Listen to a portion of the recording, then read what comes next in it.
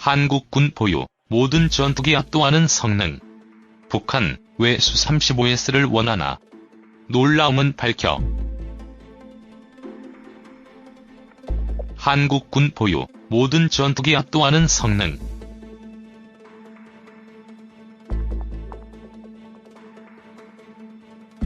김정은이 북한군 항공 및 반항공군 지휘부를 시찰한 소식이 13일 노동신문을 통해 공개되면서 김정은 집권 이후 북한 공군의 위상이 급격히 높아지고 있는 정황들이 곳곳에서 포착되고 있는 가운데 북한이 러시아에 최신형 전투기 판매를 요청했다는 주장이 제기되면서 사실 여부에 대한 관심이 높아지고 있다.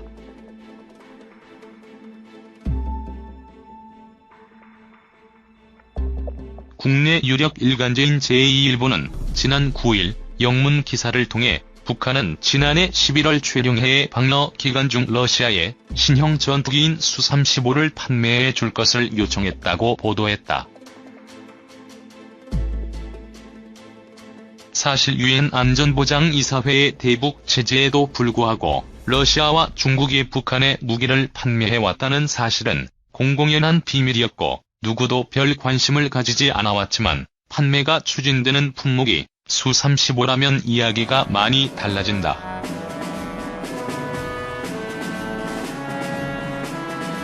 한국군이 현재 보유하고 있는 모든 전투기를 압도하는 것은 물론 차세대 전투기로 도입될 F-35A 전투기와도 한판 붙어볼 만한 강력한 성능의 전투기이기 때문이다. 4세대 또는 4.5세대 전투기로 분류되는 수-35S 플랭커 2 전투기는 현용 러시아 공군 주력 전투기인 수-27 플랭커와 차세대 전투기인 페파 T-50의 중간 단계에 있는 과도기적 전투기로 러시아 공군이 48대, 중국 공군이 24대를 도입 중에 있는 최신의 전투기다.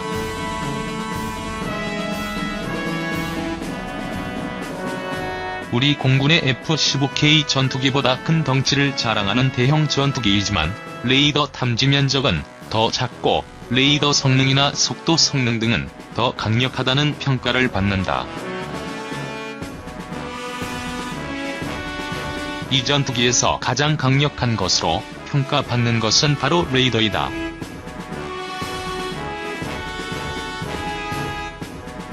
수-35S 전투기에는 러시아가 야심차게 개발한 최신형 어비스의 PSA 레이더가 탑재된다. PSA 방식의 레이더는 우리 해군의 최신의 이지스 구축함의 스파이 1D 이지스 레이더에도 적용되는 기술로 기존의 기계식 레이더가 좌우로 움직이며 레이더 전파를 쏘는 것과 달리 고정된 면에 부착된 수백에서 수천 개의 송수신 모듈에서 실시간으로 전파를 쏘고 반사파를 수신하기 때문에 표적 탐지와 추적 능력이 대단히 뛰어난 레이더이다.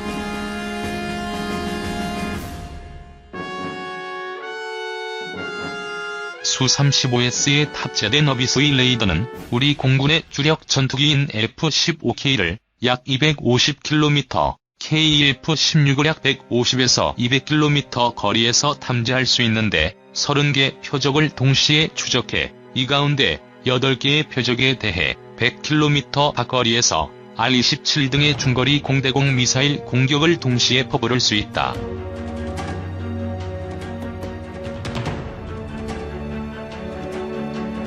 레이더 성능이 워낙 뛰어나기 때문에 러시아 공군은 이 전투기에 데이터 링크를 탑재해 간이 조기 경보기로 운영하는 전술도 구사하고 있다.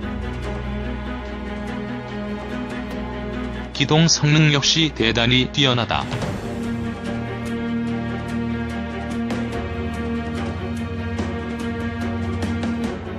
이 전투기는 대형 전투기이지만 세계 최고 수준의 추력을 자랑하는 세턴 117S 엔진을 사용해 마하 2월 3일 이상의 속도로 가속할 수 있으며 추력 평양 기술을 적용한 TVC 노즐을 이용해 경이로운 공중 기동이 가능하다. 일반적인 항공기의 방향 전환은 날개의 플랩을 움직이는 방식으로 이루어지는데 수-35S는 플랩뿐만 아니라 엔진 노즐의 분사 방향을 움직여 기체의 자세를 바꾸는 기술이 적용된 것이다. 이 기술은 지난 1996년 서울 에어쇼에 출품된 수-37 전투기가 보여준 코브라 기동과 같은 고난도 비행을 가능케 하는 등 근접 공중전에서 강력한 위력을 발휘한다. 중국이 Je-20과 Je-31 등 스텔스 전투기를 자체 개발하고 있음에도 불구하고 러시아와 수년째 수-35S 전투기를 도입하기 위한 협상에 매달리는 것은 이 전투기에 탑재된 어비스의 레이더와 117S 엔진 기술을 복제해 자신들의 전투기에 탑재하기 위한 것이라는 분석이 정설일 정도로 수-35S의 성능은 막강 그 자체이다.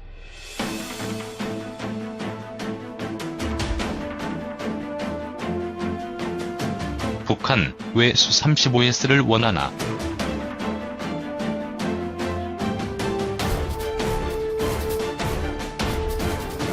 최근 국방부가 발간한 2014 국방백서를 보면 북한의 전투기 보유 숫자는 820여 대가량이다.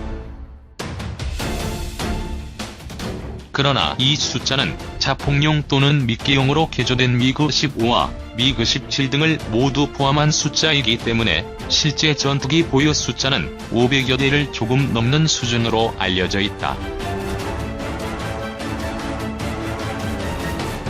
실질적으로 공중 전투가 가능한 기체는 미그-19 전투기 100여 대, 미그-21과 미그-21의 중국제 복제판인 Je-7 전투기 200여 대, 미그-23 전투기 56대, 미그-29A 전투기 20여 대 등 370여 대와 공격기인 수-25 34대 등 400여 대 수준이다.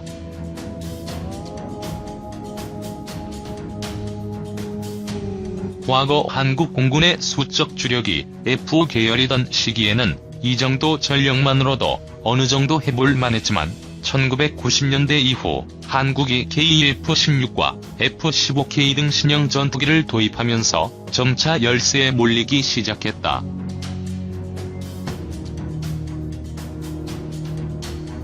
그러나 열세에 몰리던 시점에 북한은 신형 전투기를 도입할 수 없었다.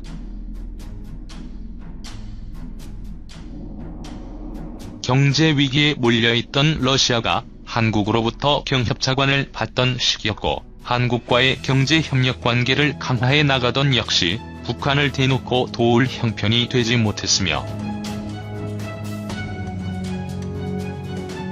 이 시기에 북한은 김일성이 사망하고 고난의 행군이라 불리던 극심한 경제난과 식량난 속에 허덕이고 있었기 때문에 신형 전투기 도입은 어불성설이었다. 1998년부터 국민의 정부가 햇볕 정책을 추진하면서 시작한 대북 현물 지원을 통해 외화 수급이 이루어지자 북한이 가장 먼저 시도한 것이 전투기 수입이었다.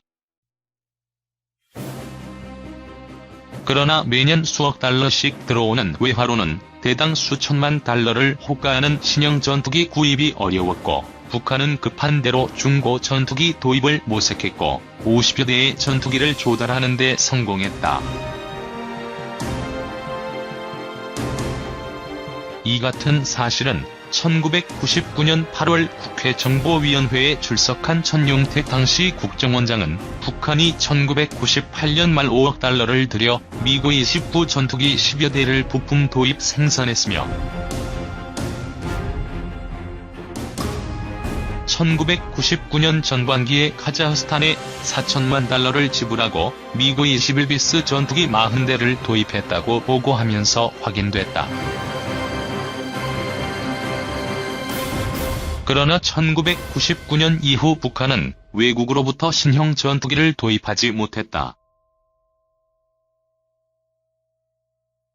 핵개발 문제로 인해 유엔 등 국제사회의 제재가 심해지면서 중국과 러시아 등 주요 전투기 수출국들이 대북 전투기 수출을 꺼렸기 때문이다. 전투기 노후화가 극심해지자 북한은 해외에서 밀수를 통해 부품을 조달하는 방식으로 겨우 공군력을 유지해 나갔으나 여기에는 한계가 있었다. 2001년과 2008년에는 중국에 FC-1 전투기를 판매해 줄 것을 요청했으나 거절당했고, 2010년 5월에는 북경을 방문한 김정일이 후진타오 주석에게 중국의 최신형 전투기 J-10 제공을 요청했지만 이 역시 거절당했다. 2011년에는 리병철 공군사령관과 주규창 군수공업부 제1부부장, 군수공장 밀집 지역인 자강도의 박도춘 책임비서 등을 모두 데리고 수호이 공장을 찾아 전투기 판매를 요청했지만 이마저도 거절당했다. 최고 존엄이 외국에 가서 구걸하다가 망신만 톡톡히 당하고 돌아온 것이다. 김정은, 신형 전투기 도입 능력 있나?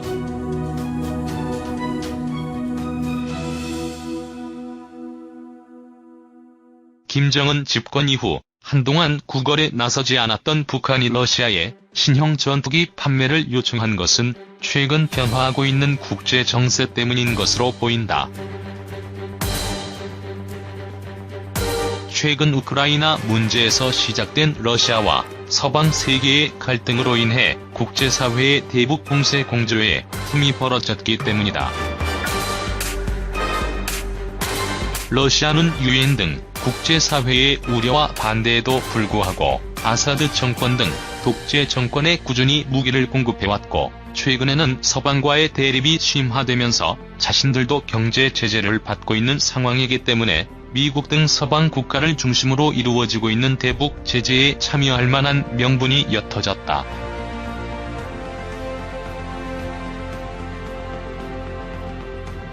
특히 루블화 가치 폭락에 따라 러시아제 무기를 그 어느 때보다 더 싸게 구입할 수 있는 환경이 만들어진 만큼 북한으로서는 이 기회를 놓칠 이유가 없다. 북한은 지난해 11월 이른바 실세 3인방이라고 불리는 최룡해 노동당 비서를 특사로 모스크바에 보냈다. 지난해 11월 러시아를 방문한 최룡해 비서는 연해주 콤소몰스카무르에 있는 가가린 항공기 공장을 방문해 이곳에서 생산되고 있는 러시아의 최신의 스텔스 전투기 팩파 T-50 전투기 판매를 요청했다. 러시아가 이 요청에 대해 어떤 반응을 보였는지에 대해서는 알려지지 않았으나 아직 자국 공군에도 실전 배치가 되지 않은 최신의 스텔스 전투기를 북한에 판매한다는 것은 있을 수 없기 때문에 당연히 거부되었을 것이고, 꽝 대신 달그로 수-35 판매 이야기가 나온 것으로 풀이된다.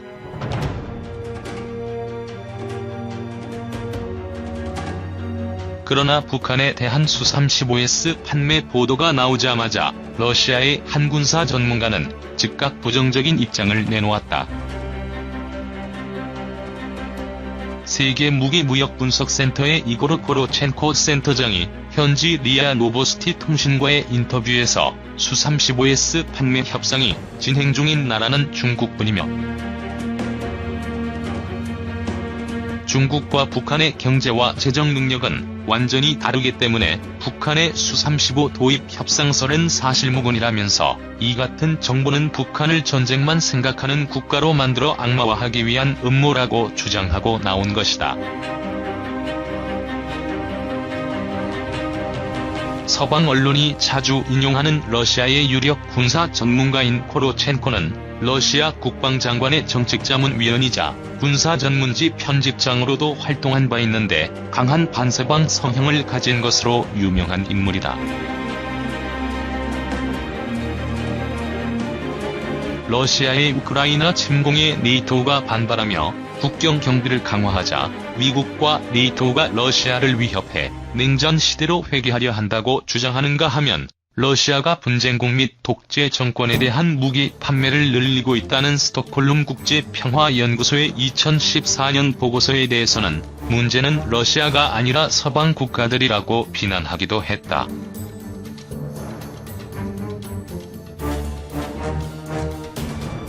전 세계를 충격에 빠뜨린 지난 2010년 천안 한폭짐 도발 사건에서는 북한의 소행일 가능성이 낮다고 주장하다가 국제공동조사단이 북한의 소행으로 결론짓자 천안함 공격은 한국과 미국의 압박에 대한 북한의 신중한 대응이라는 궤변을 늘어놓기도 했다.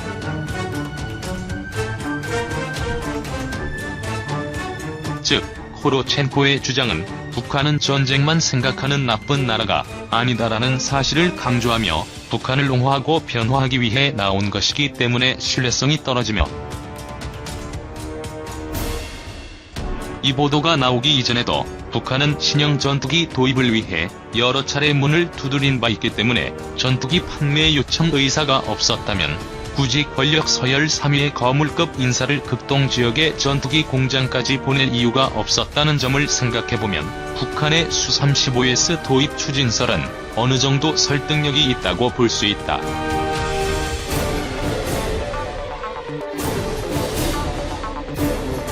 최령해가 이미 전투기 생산 공장을 다녀갔고, 러시아는 오는 5월 전승 70주년 기념 열병식에 김정은을 초청한 바 있어 항로 일정을 타진하고 있는 김정은이 모스크바에서 직접 전투기 구매 협상에 나설 가능성도 배제할 수 없다.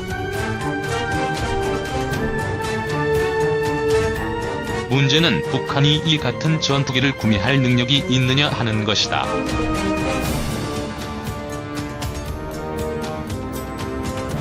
호로첸코는 북한이 결제 능력이 없다고 주장했지만 북한은 수-35S 전투기를 구매할 수 있는 충분한 여력이 있다. 아산정책연구원의 신창훈, 고명연 연구위원이 지난해 12월 21일 워싱턴에서 발표한 유엔 북한인권조사위원회 보고서 발표 이후에 북한인권이라는 보고서에 따르면 북한은 러시아에 2만 명, 중국에 1만 9천 명 등 5만 명 이상의 근로자를 16개국에 보내 매년 23억 달러의 외화를 벌어들이고 있는 것으로 파악되고 있다. 미 의회조사국 보고서와 헤리티지 재단 브루스 클링러 선임 연구원은 북한이 마약 수출로 매년 평균 10억 달러가량의 외화를 벌어들이고 있다고 지적했고, 최근 김정은이 공을 들이고 있는 관광산업 역시 중국 관광객 확대에 힘입어 북한 정권의 달러 조달에 힘을 보태고 있다. 북한이 러시아에서 매년 벌어들이는 달러의 절반, 혹은 마약 수출이나 관광산업으로 매년 벌어들이는 달러만큼만 쓰더라도 수-35S 전투기 10대를 구입할 수 있다. 즉, 북한은 신형 전투기를 도입할 수 있는 충분한 경제력을 보유하고 있다. 돈만 주면 못 팔 것이 없는 러시아, 신형 전투기가 다급한 북한의 이해관계가 맞물려 물밑에서 진행되고 있는 북한의 수-35S 전투기 도입은 한미연합군 입장에서는 반드시 막아야 하는 문제다.